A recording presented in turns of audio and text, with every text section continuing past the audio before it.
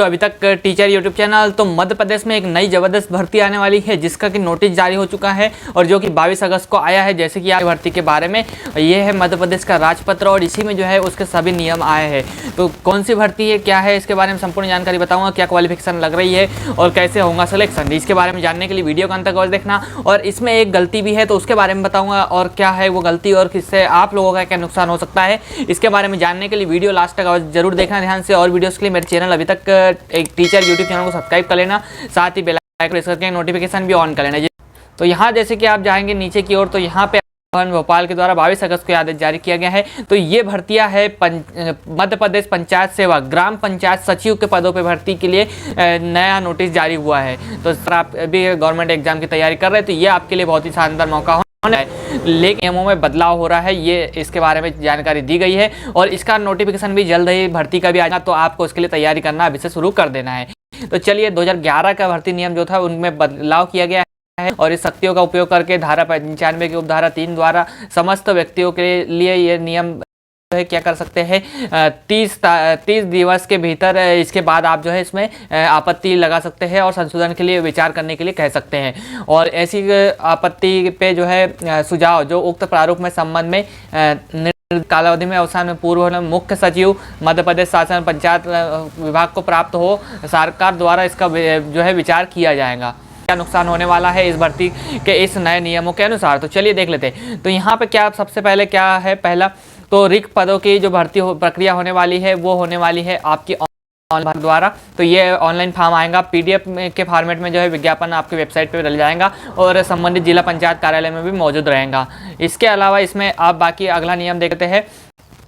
इसके अलावा आवेदक विभाग के पंचायत दर्पण पोर्टल पे ऑनलाइन आवेदन करेंगे। ऑनलाइन आवेदन जो है पोर्टल पे होगा और संपूर्ण प्रक्रिया आने वाले समय में इसकी बताई जाएंगी। और जिले का स्थानीय निवासी होना चाहिए, मतलब आपके पास में स्थायी निवास प्रमाण पत्र होना चाहिए और मतदाता सूची में आपका नाम होना चाहिए। जो लिस्ट रहती है आपके गांव की या तो वहाँ पे आपका नाम होना चाहिए उस जिले में, वो जरूरी है। इस है भर्ती का ग पॉइंट जो लिखा है, ऑनलाइन आवेदन प्राप्त आवेदन के जाँच के पश्चात उच्चतर माध्यमिक और उच्च माध्यमिक परीक्षा में प्राप्त अंकों की प्रतिशतता के आधार एग्रीगेट के आधार पे आपका प्रवर्गवार, जातिवार और जो है इसका मेरिट सूची तैयार की जाएंगी। तो यही हो रही है, क्या गड़बड़ हो रही है, क्या गलत हो रहा है आप लोगों के साथ में, तो यहाँ पे आप देख सकते हो। तो यहाँ पे चयन किस प्रकार से होगा, जैसे कि आप देख सकते हो पे आपको घ नंबर का ऑप्शन मिल रहा है। तो यहाँ पे आपका चयन कैसे होगा आप देख सकते हो। उच्चतर माध्यमिक और परीक्षा और माध्यमिक परीक्षा और उच्च माध्यमिक, उच्चतर और उच्च माध्यमिक मतलब कि 10वीं और 12वीं के नंबर के आधार पर जो है मेरिट लिस्ट उसी के आधार पे आएंगी। जैसे कि डाक सेवक भर्ती में आती है और डायरेक्ट जिनके ज़्यादा परसेंट रहते हैं उनका सिलेक्शन हो जाता है, बाकी लोग का सिलेक्शन नहीं हो पाता है और उनको जॉब नहीं मिल पाती है। गवर्नमेंट ये गलत हो रहा है बाकी लोग के लिए जो अच्छे क्वालिफिकेशन वाले हैं आगे की, और इसमें कोई एग्जाम वगैरह नहीं हो रहा है, तो इसीलिए जो है यहाँ पे ये गलत हो रहा है। इसीलिए हम कह सकते हैं कि आपको इसके लिए में जो है यहाँ पे आपत्ति लगाना चाहिए और यहाँ पे आपको आवेदन वगैरह भी देना चाहिए जो वहाँ पे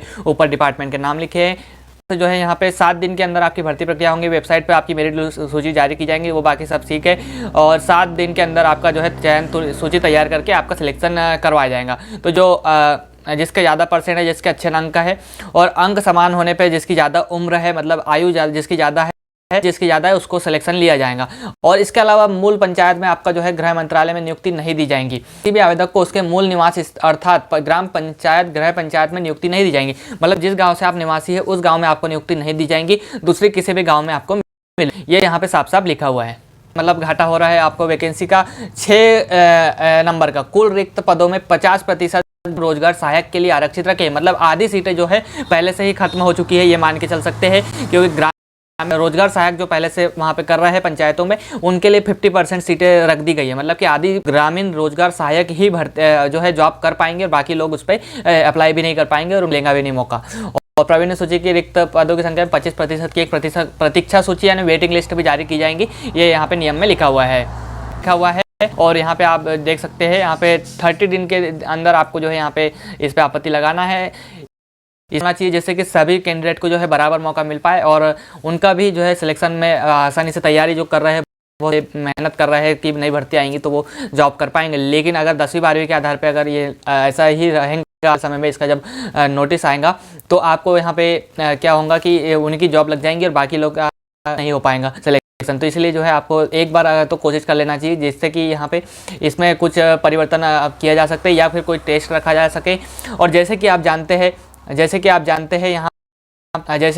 हैं कोविड के दौर में, कोरोना काल में जो है 10वीं 12वीं जो है कई कैंडिडेट 10th 12th अच्छे परसेंट, जिसको कुछ नहीं आता है या मान के चलो बहुत कम उनको नॉलेज है सब्जेक्ट का, उनको वैसे ही जनरल प्रमोशन के द्वारा भी पास कर दिया गया है, या फिर किसी के एग्ज़ाम में अच्छे नंबर दे के उनको वैसे ही पास, अच्छे हाई परसेंटेज है। तो ऐसे में स्थिति में क्या होगा कि उनको जॉब मिल जाएंगी और आपको नहीं मिल पाएंगी, जो तैयारी करने वाले हैं उनको नहीं मिल पाएंगे। और 10% मान लो अगर किसी के 95% के आसपास है, 95 92 10वीं इलेक्शन आसानी से हो जाएंगे, और बाकी जो जिनके 70 के आसपास है और 80 के आसपास है तो उनका नहीं हो पाएगा, ऐसा भी हो सकता है। तो इसलिए जो टॉपर लोग हैं उन्हीं का सिलेक्शन होगा। तो इसलिए यहाँ पे बीच में क्या होना चाहिए, एक एग्ज़ाम होना चाहिए। ऐसी आप जो है बातें लिख के आप दे सकते हैं। यहाँ पे कहाँ देना है, अवसान मुख्य सचिव को देना है, अपर मुख्य सचिव मध्य प्रदेश पंचायत एवं ग्रामीण विकास विभाग को आवेदन या अभ्यर्थन आप जो है आपत्ति लगा सकते हैं आवेदन लिख के। तो इसलिए इतना जरूरी है जिससे कि आने वाले समय में आपको जो है इसमें एक एग्ज़ाम कराया जाए, जिससे कि सभी लोग को अच्छे उच्च योग्यताधारी है उनको भी मौका मिल सके, और वो भी जिनके परसेंट 10वीं 12वीं में कम है लेकिन आगे उनके अच्छा है तो उनको भी सबको मौका मिलना चाहिए। तो इसलिए जो है यहाँ पे एक जो है आपका एग्ज़ाम होना चाहिए। एग्ज़ाम जैसे कि आप जानते हैं सभी गवर्नमेंट एग्जाम में जो है कुछ ना कुछ यहाँ पे भर्ती प्रक्रिया में लंबी की थी। जैसे कि अभी शिक्षक भर्ती परीक्षा में भी आप जानते हैं पहले एक एग्ज़ाम होता था, अब 2 एग्ज़ाम देना पड़ता है, और दोनों एग्ज़ाम तब जाके मेरिट बनेगी और उसमें आपका सिलेक्शन होगा। तो इसमें भी इसी प्रकार से कुछ किया जाना चाहिए। कम से कम एक हमें कमेंट में बताना ये क्या कहना है इस नए भर्ती के बारे में। और इसकी भर्ती जो है बहुत जल्द ही आपको हो सकता है 30 दिन के बाद, मतलब 30 दिन के बाद अक्टूबर महीने में लगभग आपको शायद इसकी भर्ती आ सकती है।